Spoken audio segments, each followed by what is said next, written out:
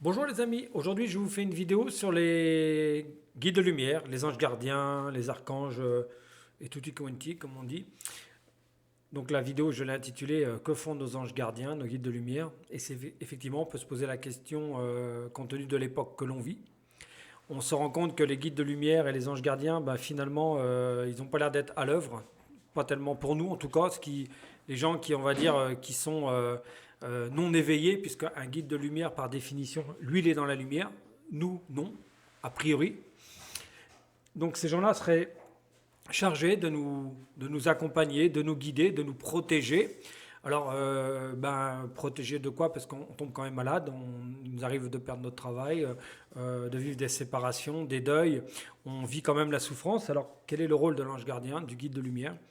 Alors souvent, on entend dire mon guide m'a dit, mes guides m'ont dit de faire ça. Donc une fois de plus, on va se déresponsabiliser. C'est pas de ma faute, c'est mon guide qui m'a dit de faire ça, que ma mission de vie était celle-là. Alors que finalement, pourquoi s'embêter? On n'a qu'à se laisser porter par les guides de lumière, puisqu'ils sont lumineux, donc on ne peut pas se tromper, on ne peut pas souffrir, on ne peut qu'avancer sereinement.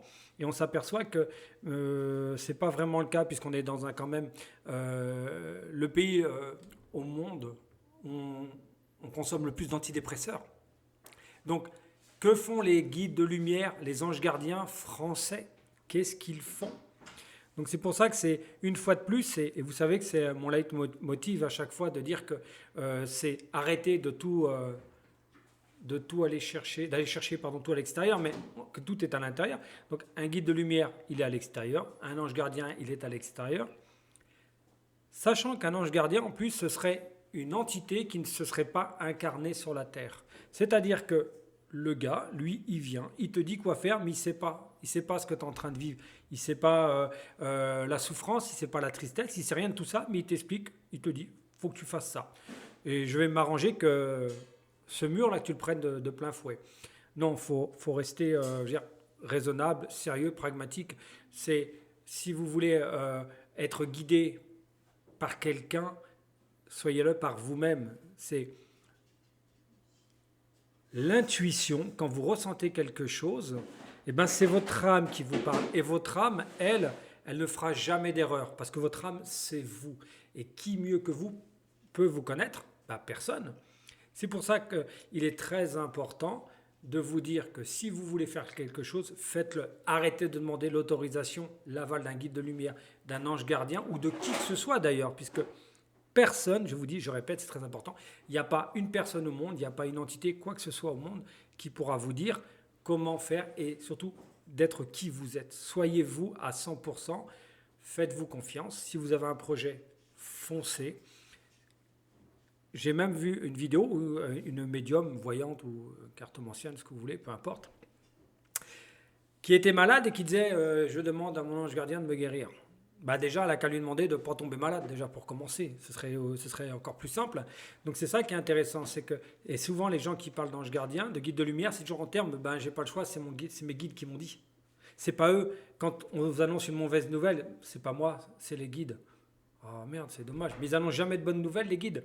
Et si vous remarquez, systématiquement, si vous faites appel dans vos guides ou vos anges gardiens, dans votre quotidien, ça ne change pas en fait. En revanche, lorsque vous décidez de vous mettre en action, de bouger, de faire les choses, là c'est bizarre. Et là aussi, une fois de plus, un autre élément qui est important, c'est là la loi d'attraction, elle va jouer par contre. Je bouge, je bouge.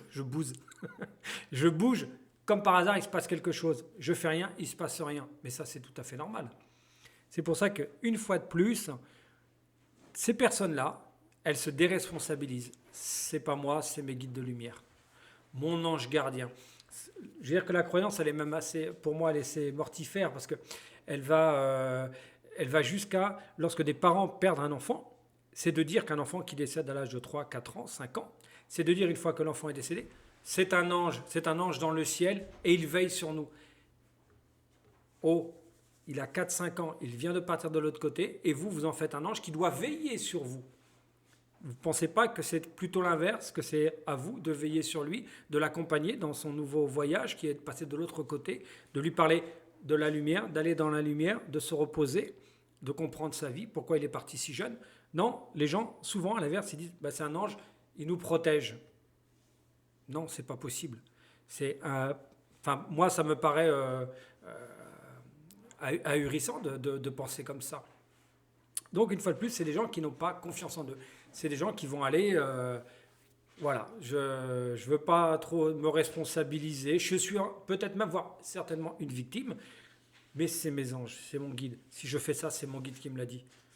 Mais toi, tu n'as pas d'idée, tu n'as pas d'envie, t'as pas d'énergie, tu n'as pas de dynamisme, tu n'as rien. Ben non, je ne suis pas un être de lumière. Une fois de plus, on se rabaisse, on se met quelqu'un au-dessus de nous qui va mieux savoir que nous. Et on n'est pas marre de ça, parce qu'on passe notre vie à ça. Hein. Quand tu es enfant, bah, c'est tes parents, après c'est la société, il y a toujours quelqu'un, c'est les politiques, les religieux, les scientifiques, il y a toujours quelqu'un qui va être au-dessus de toi, t'expliquer les choses. Donc c'est à un moment donné, c'est même quand vous dites, au fait, mon ange gardien, mon guide de lumière, je veux bien lui parler, comment je le contacte? Parce que je ne sais pas faire. Comme par hasard, vous ne savez pas faire. Bah, vous pouvez pas savoir faire une chose que vous n'avez pas en vous. Donc c'est tout à fait logique. À l'inverse, ce que vous savez faire, c'est vous écouter vous. Ça, vous savez faire. Donc faites-le. Et arrêtez, une fois de plus, d'aller quémander, parce que vous êtes encore le lénifiant, vous savez, celui qui demande une fois de plus. Et que nous dit Yeshua? Qu'il en soit fait selon ta volonté. C'est ta foi qui t'a guéri. Bah, c'est merveilleux. Il est en train de nous rendre autonomes, indépendants. En fait, même il nous libère de lui, en fait, Yeshua, quand il dit ça. C'est-à-dire, comptez pas sur moi, les gars. Faites-le par vous-même. Vous allez voir, c'est gratifiant.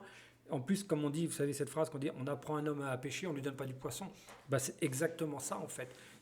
Donc ces gens-là à qui vous demandez tout le temps des conseils ou de la voyance, de la médiumnité, ce que vous voulez, on peut sporadiquement dans la vie se faire accompagner par un voyant, par un médium, on est d'accord. Mais il ne faut pas que ça devienne quelque chose de récurrent. Vous ne pouvez pas prendre une décision sans appeler votre voyant, votre magnétiseur autre. Non, ça c'est de l'enfermement, c'est une prison mentale en fait. C'est-à-dire que vous allez vous-même vous enfermer dans cette croyance que vous n'êtes pas capable de faire les choses, que vous n'êtes pas lumineux.